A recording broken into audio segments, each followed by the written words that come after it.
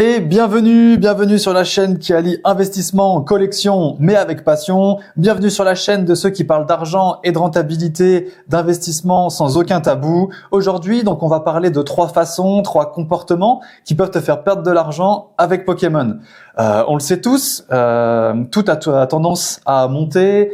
Quand on achète prix magasin, ça ne redescend quasiment jamais en dessous du prix retail, le prix magasin, excepté quelques exemples dont j'ai déjà parlé sur cette chaîne, mais c'est pas de ça qu'on va parler aujourd'hui. On va parler d'autres façons, d'autres comportements qui permettent de soit avoir un rendement moindre par rapport à des items intéressants, voire même donc, comme on disait, te faire perdre de l'argent.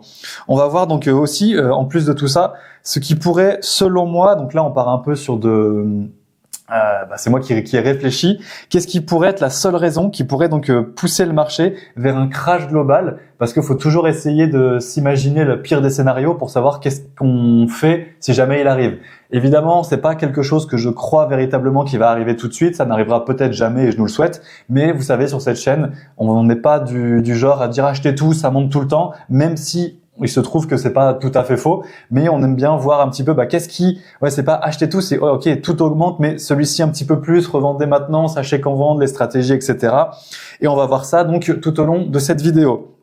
Mais avant tout ça, comme d'habitude, je remercie tous ceux qui ont liké, qui sont abonnés et qui ont rejoint le Discord. On est presque 1000 sur le Discord et on est presque 2500 sur la chaîne. Ça fait très très plaisir. Ça y est, ça fait déjà un petit peu plus d'un mois que la chaîne existe et je vous remercie de me suivre quasi quotidiennement. Même si vous avez vu qu'il y a un petit peu moins de vidéos en ce moment, c'est parce que j'ai pas envie de forcer les sujets. Je pense que faire 2-3 vidéos par semaine pour l'instant, c'est ce qui me fait penser que c'est le meilleur rythme actuellement. Voilà, ensuite on va faire un point actualité comme d'habitude très rapidement. Il y a vraiment plus rien en magasin. J'ai encore fait les magasins un petit peu. Bon, j'en ai fait pas beaucoup, j'en ai fait 2-3, mais j'ai pas trouvé un seul booster. Bon courage à ceux qui doivent encore préparer Noël. Et je pense que je ferai un petit vlog après Noël, peut-être après le jour de l'an, avant EV8.5 pour voir où est-ce qu'on en est. Parce que on sait qu'il y a forcément une très grosse hype qui est alimentée aussi par Noël. Et je trouve ça très intéressant de voir comment Pokémon va gérer la petite période entre la fin de la hype avec Noël, enfin la fin de la hype, la fin de tout le monde qui veut absolument acheter ses items pour les mettre sous le sapin, et l'arrivée de 8.5, je crois qu'il est le 13 janvier, en tout cas mi-janvier.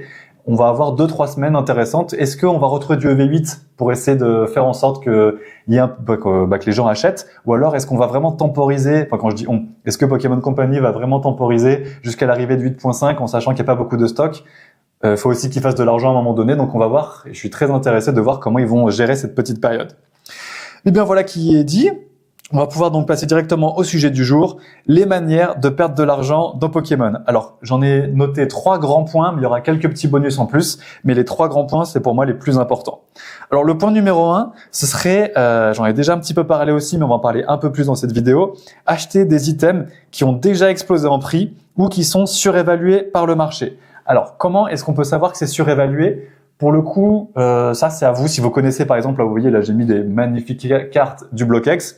Pour moi, j'ai l'impression que le BlockX n'est pas surévalué, mais qui fait partie justement de ceux qui ont déjà, ça a déjà bien pété. Ça fait déjà super longtemps que c'est sorti. Ça fait quoi? C'est moi quand j'étais jeune, donc ça fait au moins 15-20 ans. Je sais pas exactement quand est-ce que c'était, mais ça commence vraiment à dater. Effectivement, c'est des items magnifiques qui vont très certainement. Alors là, j'ai aucun item BlockX, même si j'aimerais beaucoup, j'ai que des cartes. Même si ça a déjà énormément explosé, que c'est des très beaux items et que ça les vaut peut-être, ça les vaut même certainement. Il y a une très faible probabilité que d'un coup le BlockX explose encore en prix. On en parle souvent. Qu'est-ce qui justifie qu'un bloc explose? C'est le fait qu'il se fasse quelque temps déjà qu'il soit sorti, qu'on n'en trouve plus en magasin, qu'on n'en trouve plus dans les coffrets, qu'on en ait ouvert beaucoup et que donc il y en ait beaucoup moins en circulation. Mais c'est aussi le fait que la génération qui a grandi avec cette génération, pour le coup, il commence à avoir du pouvoir d'achat, un peu plus, qui commence à se dire maintenant je suis bien engagé dans la vie, j'ai 20-25 ans ou 25-30 ans, je peux mettre de l'argent, un peu plus d'argent dans ma passion, qui pour le coup est Pokémon. Le BlockX, c'est les gens qui ont entre, on va dire, 25-35 ans, peut-être que 35 ans, ils ont grandi vraiment avec le Wizard. Moi, j'ai pas vraiment connu Wizard, même si c'est ma génération, j'ai commencé véritablement avec le BlockX. Et ben, je pense que ma génération, ça y est, elle a le pouvoir d'achat. Elle va évidemment avoir un pouvoir d'achat de plus en plus élevé, plus elle se rapproche des 35, 40, 45 ans. Encore que bon, on ne sait pas ce qui va se passer dans le futur. Mais pour moi, voilà, c'est des gens qui ont déjà un pouvoir d'achat relativement conséquent et qui, déjà, s'ils veulent s'acheter du Block-X, ils peuvent déjà. Alors que par exemple, les gens qui ont, je dis un petit peu au hasard, même si c'est un peu réfléchi tout de même, le bloc XY, c'était quand ça? C'était quand j'étais ouais, je vois à peu près quel âge j'avais, donc en tout cas c'était il y a peut-être à peu près 10 ans, une dizaine d'années, en tout cas les jeux, à quelque chose près. Et c'est peut-être des gens qui, s'ils avaient 10 ans quand le jeu est sorti ou quand les cartes sont sorties, aujourd'hui ils ont 20 ans, et peut-être que quand ils auront 22, 23, 25, 28, là ça serait une génération qui aura vraiment d'un coup un meilleur pouvoir d'achat. Encore faut-il que l'économie se porte bien à ce moment-là, évidemment, et qu'on n'ait pas une grosse récession, qu'il n'y ait pas de guerre, qu'il n'y ait rien et que tout se passe bien. Mais si tout se passe bien, le bloc, indépendamment de sa qualité, de son stock, devrait à ce moment-là prendre relativement en valeur. C'est ça que j'entends par surévalué ou qui a déjà explosé en prix. Vous pouvez faire vos choix là-dessus. Bon, j'ai un petit peu pris du temps pour ça, même si c'était pas le point, mais c'est quelque chose qui me semble vraiment important pour les gens qui veulent acheter des choses qui sont déjà sorties. Moi, j'aime bien acheter des choses en magasin. Comme je disais, il y a très peu de chances que ça retombe en dessous du prix magasin, mais c'est vrai que si on veut faire peut-être des plus gros multiplicateurs parfois, ça peut être intéressant si on est un expert d'un item, d'un bloc, d'une catégorie, même des cartes, même si les cartes, on en reviendra, c'est quand même quelque chose de très difficile pour moi.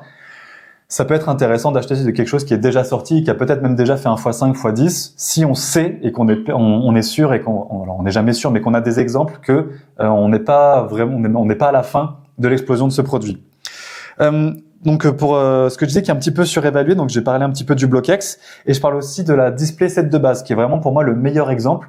On l'a vu au max de la hype à des prix de fou et on va dire entre l'année dernière et avant la reprise de la hype, on l'a vu perdre 15, 20, 30, alors peut-être pas jusqu'à 40%, mais on l'a vu perdre énormément de pourcents, on va dire jusqu'à 30%, et en sachant qu'elle était, on en parlait autour de 50 000 euros, 40 000 euros ou 30 000 euros, je sais plus.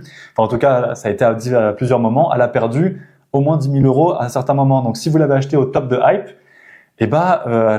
aujourd'hui elle a un peu remonté, mais elle a vraiment à un moment donné perdu énormément de valeur, ce qui pouvait vous faire peur à ce moment-là. Si vous l'avez acheté 50 000 euros, vous voyez qu'elle est à 35 000, vous dites attends, ça va descendre jusqu'à où je vais la vendre.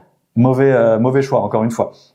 Et même si vous l'avez acheté à 50 000, je pense pas qu'un jour ça vaille 100 000 euros. On sait qu'il y a énormément, ou alors dans très très longtemps, mais c'est déjà très vieux, donc ça va pas encore faire un x2, x10 comme ça très rapidement. Surtout qu'on sait que le set de base édition 1, on en a énormément en stock des displays.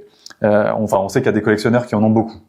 Voilà, donc je pense que c'est vraiment le meilleur exemple. On va pouvoir aller directement maintenant au point numéro 2.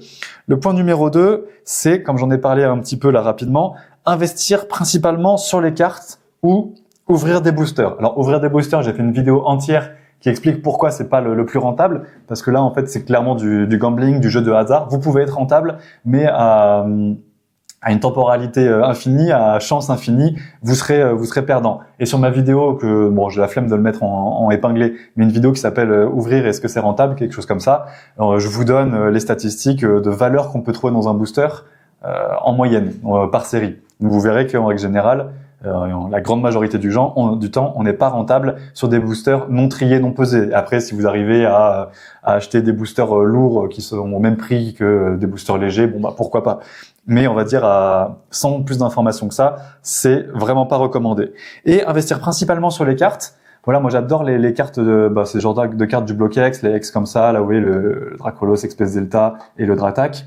Pour moi c'est magnifique, mais ça part vraiment dans la collection. Si ça monte, tant mieux. Et encore que ces cartes-là, j'ai pas envie de les vendre parce que ces deux-là, ça c'est moi qui les ai ouverts, notamment. Celle-ci, je l'ai achetée pendant la hype. Je l'ai achetée d'ailleurs beaucoup trop cher. Je l'avais achetée sur eBay, je connaissais rien à l'époque. Et en plus, elle est un petit peu abîmée. Bref, c'est pas le sujet. Donc, investir principalement sur les cartes, je pense qu'il faut vraiment être un expert ou repérer une carte en particulier qui est complètement sous-cotée et qui devrait, dans une durée relativement courte, augmenter. Parce qu'effectivement, oui, si par exemple, j'ai repéré, et je suis pas le seul, il y a des cartes magnifiques, des TG, des évolutions de Star Étincelante, je crois, je sais plus, en tout cas du fin du bloc EB, qui valent entre 5 et 10 euros, alors qu'aujourd'hui, on pourrait dire que c'est des alternatives, elles coûteraient plus de 100 euros chacune. Bon, c'est pas texturé, mais vous voyez ce que je veux dire.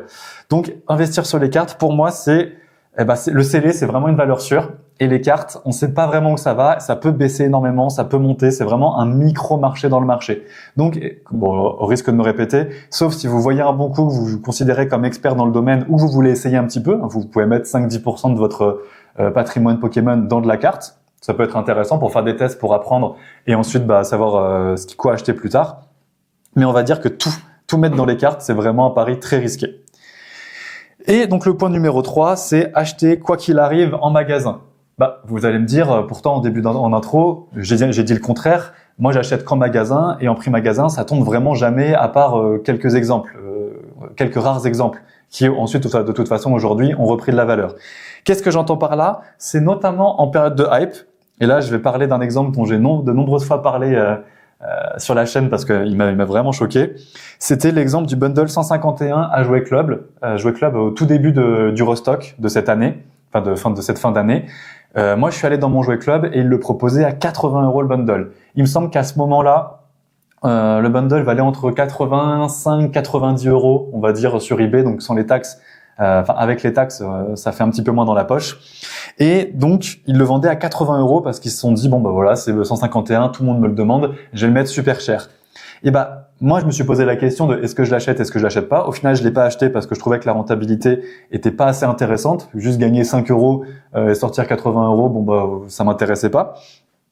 Et au final, ce qu'on aurait pu prévoir, c'est qu'il y avait quand même relativement assez de gens qui sont allés acheter ça, qui sont allés un peu le scalper parce qu'on leur a revendu, ça a été revendu immédiatement sur les plateformes, et que tous les magasins ne le vendaient pas à 80 €, il y en avait à 40, c'était entre 40 et 80. Moi, j'ai vraiment pas eu de chance, c'était vraiment au plus cher. Et ensuite, très rapidement, en quelques jours, on l'a retrouvé, ce même bundle, à environ 60 € sur Vinted, juste après les restocks. Donc, si j'avais acheté, ou si vous avez acheté ce bundle 151 à 80 € en disant, de toute façon, c'est un super item, et c'est le cas, ça finira forcément par monter. Quand il y a eu du restock, le prix a chuté. Alors, je sais pas combien il est aujourd'hui, ça reste un item qui pour moi n'est pas particulièrement surévalué, et si dans 5 ans on le voit à 120, 130 €, je trouverais pas ça si déconnant, parce que c'est quand même une super série, et il y a eu très très peu de stock, mais sur du moyen court terme, vous avez perdu de l'argent à ce moment-là. Si vous avez eu envie de vous faire un petit billet en le revendant rapidement, c'est mort. En tout cas, c'est avec cet exemple-là. Et je pense qu'il y a certainement d'autres exemples, notamment pendant la hype, où les boutiques vont un peu surévaluer le prix et ils savent que tout part et donc ils mettent un peu plus cher. Faites attention à ce que vous achetez, c'est vraiment la base. Et j'avais aussi marqué de pas profiter des promotions. Alors vous perdez pas vraiment d'argent en faisant ça, mais ça reste un petit tips en plus. En ce moment, il y a beaucoup de promotions. En tout cas, pour Noël, il y avait beaucoup de promotions sur les coffrets, sur les cagnottages, etc. Donc, c'est bête de s'en priver parce que vous pouvez vraiment avoir des items moyens et pas forcément très intéressants, vraiment pas chers, ce qui les rend pour le coup très intéressants. Et on va pouvoir passer directement au point numéro 3. C'est non, c'était ça. Je suis bête. C'était acheter quoi qu'il arrive en magasin, c'était ça mon point numéro 3.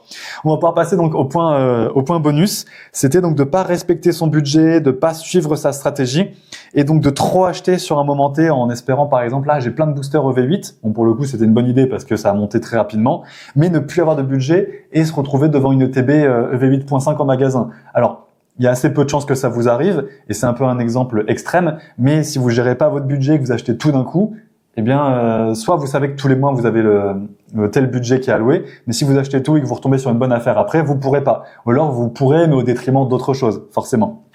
Donc c'est vraiment un petit point à garder en tête. Et aussi, donc c'était un peu dans la même façon, c'était vendre trop tard alors qu'on a déjà atteint son objectif. Vous savez, je vous parle souvent d'un objectif. Par exemple, là vous voyez, il y a 5 blisters EV8. Je peux me dire, j'en vends 3. Quand le prix fait x2, j'en vends 3. Ensuite, le quatrième, je le vends quand il fait x3. Le dernier, je le vends quand il fait x4. Par exemple, c'est un peu, moi, mon type de stratégie, c'est un peu ça. Alors, ce serait plus à partir de x4, x5, enfin x3, x4, x5. Ouais, c'est ça. C'est un peu comme ça que je réagis. En tout cas, que je réfléchis.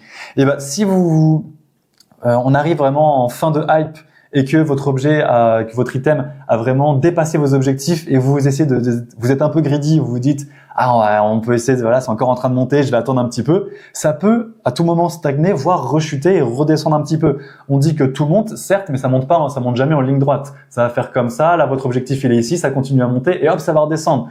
Et ensuite, vous allez devoir attendre que ça remonte. Alors que si vous avez vendu à votre objectif, ça monte encore un peu, ça descend. Avec l'argent acheté, vous en rachetez, vous achetez un autre item. Parce que souvent, si quelque chose tombe, c'est juste que le marché, il y a un petit peu moins de gens dessus. Et hop, ça remonte. Et là, vous pouvez vraiment, avec le temps, vraiment faire un multiplicateur différent sur votre patrimoine. Donc, c'est un petit conseil aussi pour, à défaut de ne pas perdre, gagner plus. Et ensuite, la dernière façon de perdre un petit peu de l'argent, ce serait d'acheter les gros hits. Encore une fois, ça revient sur acheter les cartes. Acheter les gros hits des séries dès leur sortie, ou les grosses cartes dès leur sortie. On le sait, en règle générale, et là je m'adresse surtout aux débutants, en règle générale, les cartes dès leur sortie explosent en prix et se stabilisent, on va dire, au bout de 2-3 semaines. Alors certaines cartes peuvent continuer de monter, mais en règle générale, ça monte, c'est la hype. Alors là, vous voyez plus mon doigt, mais ça monte, ça redescend, et ensuite ça remonte de façon un peu plus saine et sur du plus long terme. Et ça peut tout à fait dépasser le prix qu'il y avait au début, mais on va dire que si vous achetez des cartes, déjà en règle générale, c'est pas ce que je conseille, mais si vous êtes bon, vous pouvez le faire. Mais dès sa sortie, c'est rarement un bon coup, sauf excepté sur certaines très très grosses séries. Et si vous avez un petit peu d'expérience, vous pourrez le voir arriver à l'avance.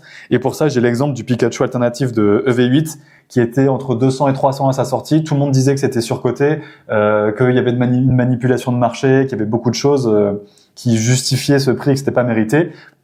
Cependant, là, aujourd'hui, là, le 23 décembre, je suis allé voir sur eBay et on a plusieurs ventes réussies à entre 400 et 500. Donc, malgré tout ça, ça a continué de monter. Mais c'est vraiment un exemple parce que c'est la série du retour de la hype. Voilà. Et ben voilà qui va conclure cette vidéo. N'hésitez pas à liker, à vous abonner si ça vous a plu. Je vais pas refaire de vidéo tout de suite, avant Noël. Donc je vous souhaite un joyeux Noël et de bonnes fêtes d'ici là. Je vais essayer de faire une ou deux vidéos avant les fêtes. Et sinon, on se retrouve fin décembre, début janvier. Excellent Noël à vous tous. J'espère que vous allez avoir du Pokémon. Ouvrez bien parce que n'oubliez pas que ça reste une collection et investissez encore mieux. Allez, à bientôt.